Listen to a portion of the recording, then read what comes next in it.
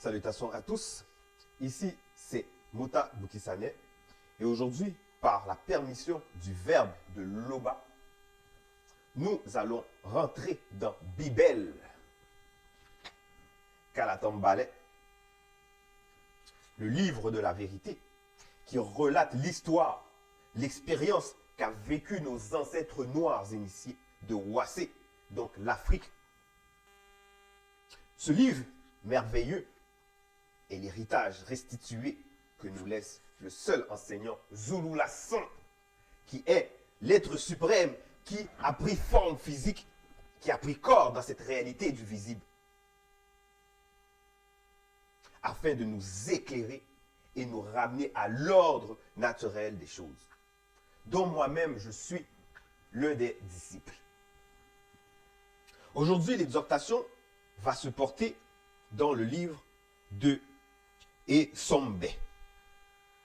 Esombe, c'est celui que les Blancs, les sans-mêlés, ils ont pris l'histoire et ils l'ont transformé en Paul dans les Bibles actuelles classiques, dans les Bibles chrétiens, dans les fausses croyances, les religions qu'ils vont nommer christianisme. Mais selon la vérité, son nom c'est Esombe. Esombe. Donc aujourd'hui, l'exhortation va se porter dans le livre d'Esombe, chapitre 54, du verset 27 au verset 39. Donc le titre de cette exhortation, c'est « Mise en garde contre le danger d'abandonner la foi ». Donc le contexte par rapport à cette mise en garde, c'est que Esombe, dans son cheminement, il parlait à les non-initiés, les noirs non-initiés de Wassé, qui avaient accepté le message que lui-même a reçu préalablement, qui est issu de Djoki Sabé qui est le vrai Christ, le Christ noir qui a existé, qui est venu sur terre il y a plus de 10 000 ans de cela, pour pouvoir manifester le nombre reconnu. Donc, Esombe a été saisi par ce message. Et par rapport à cela, il a commencé à exhorter, à enseigner aussi le peuple à son tour. Et dans cet enseignement, il a parlé contre le danger d'abandonner la foi. Donc, un mise en garde, c'est quoi? Un mise en garde, c'est avertir d'un risque. C'est avertir d'un risque. Et la foi, c'est le message que nous recevons de Zulu Lasson, qui est le seul enseignant. Donc cette foi est basée sur du roc, car elle aborde les réalités visibles et non visibles en profondeur, donc ce que nous savons et ce que nous ne savons pas. Et même rectifie aussi certaines informations que nous croyons savoir. En fait, ces mensonges, il les rectifie afin que nous puissions revenir à la vérité. Donc, le mise en garde, c'est avertir de ce risque d'abandonner la foi, qui est l'un des plus gros risques qui est. Donc, en cela, Esombe, il dit, en effet, qu'en est-il de ceux qui retombent dans leurs anciennes vies? Il y a point d'interrogation. Donc ici, Esombe, il se pose une question. Il dit, en effet, qu'en est-il de ceux qui retombent dans leurs anciennes vies? Parce qu'il faut aborder ce sujet, vu que lui-même, il a été témoin de plusieurs personnes qui ont adhéré au message, mais qui sont tombées dans leur ancienne vie. Donc, il faut éclairer ceux qui ont adhéré au message par rapport à les comportements, par rapport à l'état de conscience que vont manifester ces personnes-là. Et c'est pour ça qu'il pose la question. Et il dit, ils ont reçu une fois la lumière du verbe de Loba. Oui, ils ont reçu la lumière du verbe de Loba. Ils ont goûté au don céleste et ont eu part au Mundi Mousangui. Entre parenthèses, Saint-Esprit. Ils ont senti combien le verbe de Loba est bon et ils ont fait l'expérience des puissances du monde à venir. Donc ici, quand Isambé parle comme ça, c'est parce qu'il sait que normalement, ces personnes qui ont adhéré à cette vérité, ils ont maintenant la connaissance des réalités de ce monde. Ils connaissent la raison, le but de l'existence de l'homme sur Terre. Ils savent l'origine des races. Ils savent qu'est-ce qui se trouve derrière le monde occulte. Qu'est-ce qui se cache derrière le monde occulte. Ils ont ces connaissances. Ils savent que derrière chaque comportement, chaque compréhension, il y a un esprit qui se cache, qui expire. Donc derrière chaque chose, il y a un esprit. Ils savent cela. Et ils savent aussi, ils comprennent, on va dire que le verbe, c'est la justice. Que le verbe de Loba, c'est la justice. Ils savent que la mort n'est pas une fait en soi lorsque nous nous soumettons aux lois et recommandations du verbe de Loba, que la mort, c'est juste une rupture, mais que à la fin, dans le séjour des vivants, c'est l'endroit où ce que les initiés, ceux qui adhèrent au message, vont être. Donc la mort n'est pas une fin en soi, ils le savent.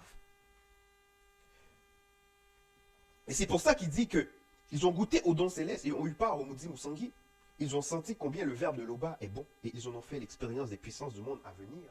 Parce qu'ils n'ont pas à s'inquiéter de leur lendemain, à savoir de quoi ils vont manger, à savoir de quoi ils vont se vêtir, à savoir comment ils vont faire pour avoir tel montant d'argent. Parce que le verbe est en charge. Le verbe est au contrôle. Ils ont juste à laisser la manifestation du verbe s'accomplir dans leur vie. Ils ont bien dit, et pourtant, ils retombent dans leurs anciennes vies. Et pourtant, parce que malgré tout ça, ils retombent dans leurs anciennes vies. Ils rajoutent, il est impossible de les amener une nouvelle fois à changer de vie. Car pour leur part, ils remettent Djoki Sabé sur le poteau, comme ont fait les Blancs et les Sans-Mêlés, et l'exposèrent publiquement aux insultes. Donc ici, Isambé compare l'attitude de ces renégats, l'attitude de ces personnes qui abandonnent la foi, comme celui des Blancs et des Sans-Mêlés qui ont mis Djoki Sabé sur le poteau et qui l'exposèrent publiquement aux insultes. Donc ici, pour pouvoir entrer dans la profondeur de ce comportement, de cette mentalité que manifestent ces Blancs et les Sans-Mêlés, nous allons rentrer justement dans l'évangile caché de Koudoumane Moula. L'évangile caché de Koudoumane Moula, qui est le nom issu du sens caché des gestes prophétiques. Tandis que Djoki Sabé, c'est issu des chances, c'est issu du sens visible des gestes prophétiques. Koudoumane Moula, Djoki Sabé, c'est toujours la même personne. C'est le Christ, le premier-né. Donc, nous allons rentrer dans l'évangile caché de Koudoumane Moula, dans le chapitre 57, au verset 21 à 31. Il est dit ici, comme Djoki Sabé avait été libéré, les Blancs et les Sans-Mêlés se mirent en embuscade derrière les arbres sur le long du chemin par où Djoki Sabé devait passer. Donc ici, on voit que les Blancs et les Sans-Mêlés se sont mis en embuscade. Ça veut dire quoi?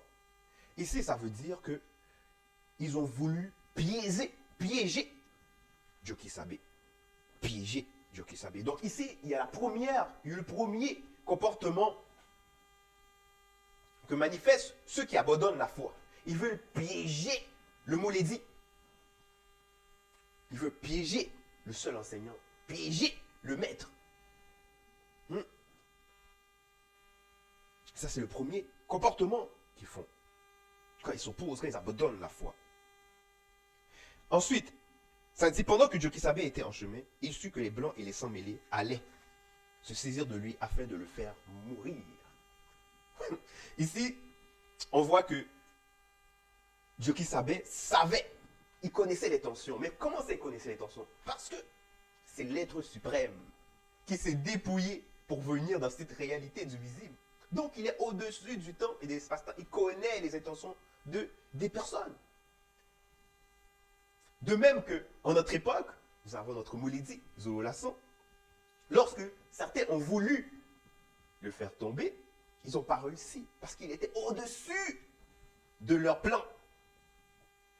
Il était au-dessus de les plans. Donc il savait. Ensuite, il est dit, car il savait que si les blancs et les sangs mêlés ne lui ôtèrent pas le souffle, ceux-ci allaient se saisir de ses apôtres afin de les faire disparaître. Pour cela, il accepta par amour sa rupture avec le visible. Donc ici, encore, dans l'évangile caché de Kudo Manemoula, il y a un autre aspect qui est révélé par rapport à ces renégats qui ont abandonné la foi. C'est qu'ils veulent nuire à ceux qui adhèrent au message. Ils veulent nuire aux petits Zulula, à nous, ceux qui ont adhéré au message, les frères, les sœurs, ils veulent nuire à nous. Donc ils veulent nuire aux premiers, aux maîtres, et ils veulent nuire aux disciples. Ainsi s'accomplit la parole qu'il avait dit, j'ai gardé ceux que tu m'as donnés, et aucun d'eux ne s'est perdu. Les blancs et les sangs mêlés se saisirent donc de Jokisabé avec fureur, et quelques-uns prirent un poteau. Et finalement, ils le clouèrent droit sur un poteau, ses mains superposées en haut, au-dessus de sa tête, et ils lui clouèrent aussi les pieds superposés vers le bas, puis les levèrent. Ils les juriaient en secouant la tête, et lui disaient, toi qui penses détruire le temple et le rebâtir en 3 jours, sauve-toi toi-même, si tu es le fils de Loba, et descends du poteau de supplice. Tu as sauvé d'autres, mais tu ne peux te sauver toi-même. C'est ça le Mutopè d'Amoudi. Descends maintenant du poteau de supplice et nous croirons en toi. Tu as mis ta confiance en Loba. Eh bien, que Loba te délivre maintenant s'il t'aime, qu'il te sauve. Vous voyez les propos que tiennent ceux qui abandonnent la foi. Donc, ils vont vouloir remettre en question l'identité de ce personnage prestigieux, du maître. Mais ils le savent à l'intérieur d'eux que c'est le maître. Mais ils vont vouloir remettre en question. Leur mauvaise nature sort parce qu'ils ont vu l'homme. Ils ont voulu juste descendre, faire abstraction de toute cette parole, de tout ce que le maître a fait. Tous ces miracles en apportant la parole libératrice. Cette parole qui n'est pas issue de ce monde. Ils ont voulu faire abstraction de tout ça et juste voir l'homme. Donc ils vont dire des paroles, des propos. Ils vont injurier, employer des termes. Et on peut voir plusieurs exemples de cela. Même en notre époque, à travers ceux qui ont quitté la bergerie, cette école prestigieuse. Donc ça, c'est le comportement, c'est les paroles que manifestent ceux qui abandonnent la foi. Et justement, Esombé, qui est conscient de cela, il avertit ceux qui ont adhéré de ce comportement. Et c'est pour ça qu'il dit encore, c'est pour ça qu'Esombé dit encore, lorsqu'une terre est abreuvée par la pluie qui tombe souvent sur elle, et qu'elle produit une herbe utile à ceux pour qui elle est cultivée, elle participe à la bénédiction qui vient de la manifestation de la grâce de Loba. Et c'est évident.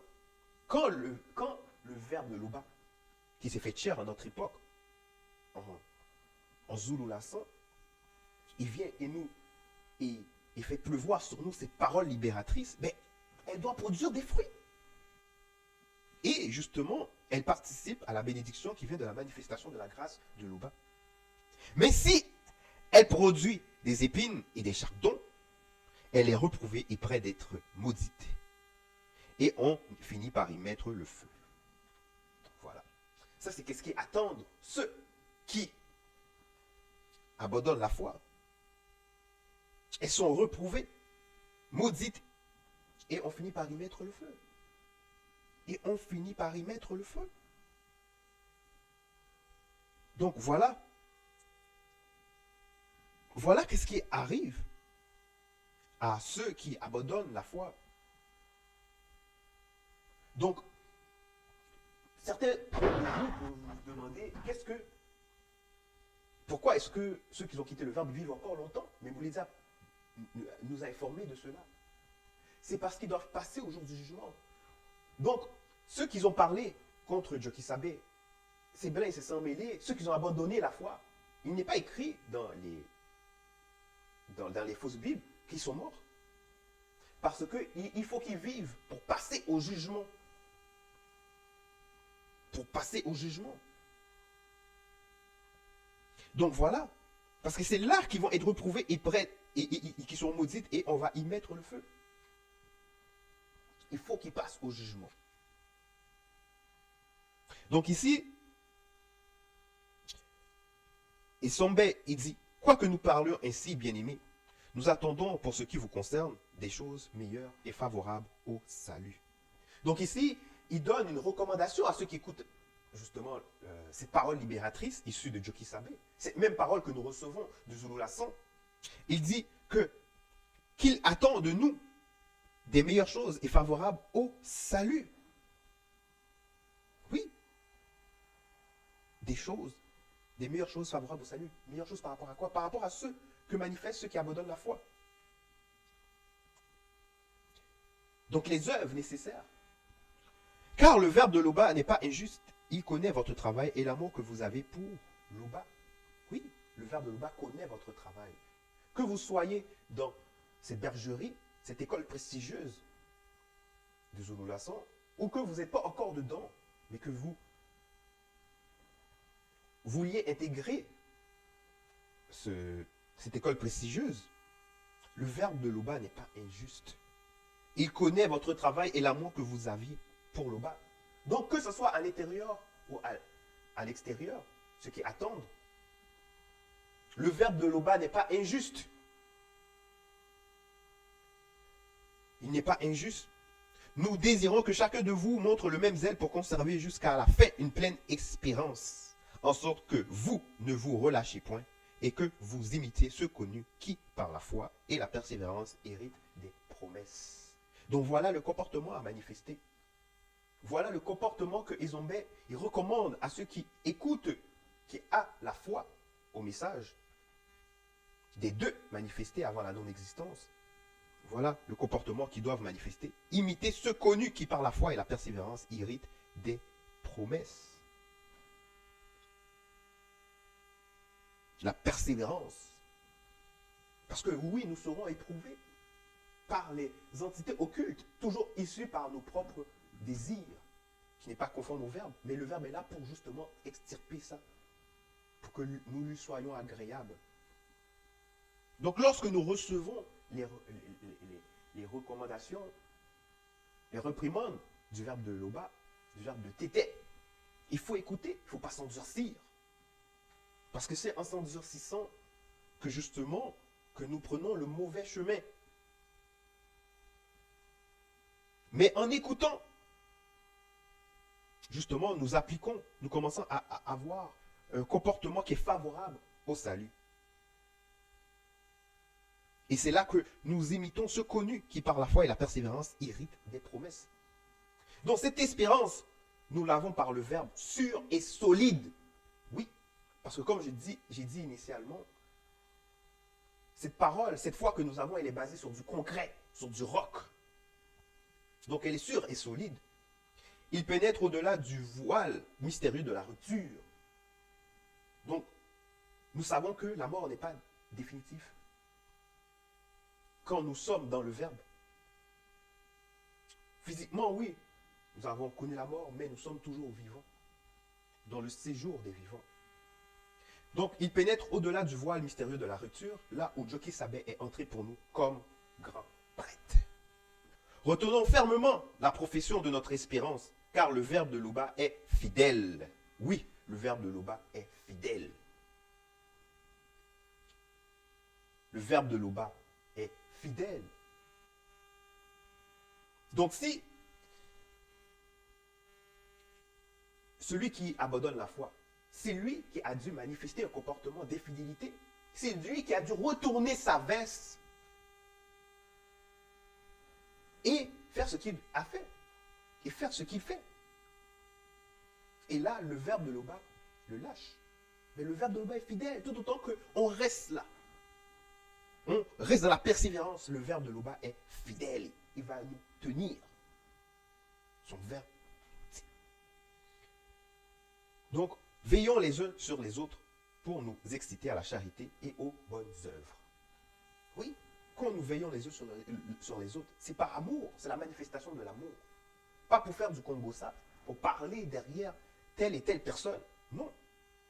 Nous veillons les uns sur les autres pour nous exciter à la charité et aux bonnes œuvres. Prendre part à l'œuvre. Et il y a plein d'œuvres à faire selon le verbe. Plein. Donc n'abandonnons pas l'assemblée des initiés et bassis, en parenthèse église, comme c'est la coutume de quelques-uns. Donc vous voyez, c'est une recommandation, une ordre aussi, il dit n'abandonnons pas l'assemblée des initiés et bassis, comme c'est la coutume de quelques-uns. Parce qu'il y en a quelques-uns là, c'est leur coutume. Ils rentrent, ils sortent, ils retournent leur verse. Ce sont des traites. Mais justement, ici, Issombé recommande de ne pas avoir ce comportement. De ne pas abandonner l'assemblée des initiés et bassis. Car c'est l'assurance que nous avons. Que demain, nous allons aller dans le grand ordre des choses. Nous allons être comme les entités du grand ordre des choses. Donc, c'était le message. C'est encore Mota Boukessani, l'un des disciples de Zulu Lasson, dans cette exhortation. À bientôt.